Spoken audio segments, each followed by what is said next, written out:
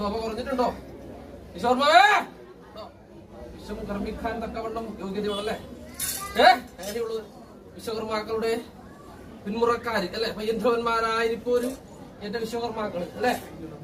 ഓലത്തിലഞ്ഞിരിക്കുന്ന മാതാവ് ഭഗവതിയുടെ പേരും തിരുമുടി അല്ലെ? ഒന്ന് തിരുമുടിക്ക് നിങ്ങളുടെ കരമ്പ് അല്ലേ? കേട്ടുകൊള്ളി ഉണ്ടല്ലോ. വലുതായിരിപ്പോരും പൂർവികം അല്ലെ? ഭാഗ്യം സിദ്ധിച്ചിരിക്കുന്നതായ തലമുറയാണ് അല്ലേ? ഇവിടെ അനവധിയായിരിക്കുന്ന ദേവീ ദേവന്മാര് നിങ്ങളുടെ പൂർവികര് നട്ടുതലച്ച പടാവൃക്ഷമാക്കി ചമച്ചിരിക്കുന്ന ഉൽപ്പത്തി സ്ഥലക്കൂറിനകത്ത് ഇന്ന് പൂത്തുലഞ്ഞു നിന്നിരിക്കുന്നതായ അല്ലെ?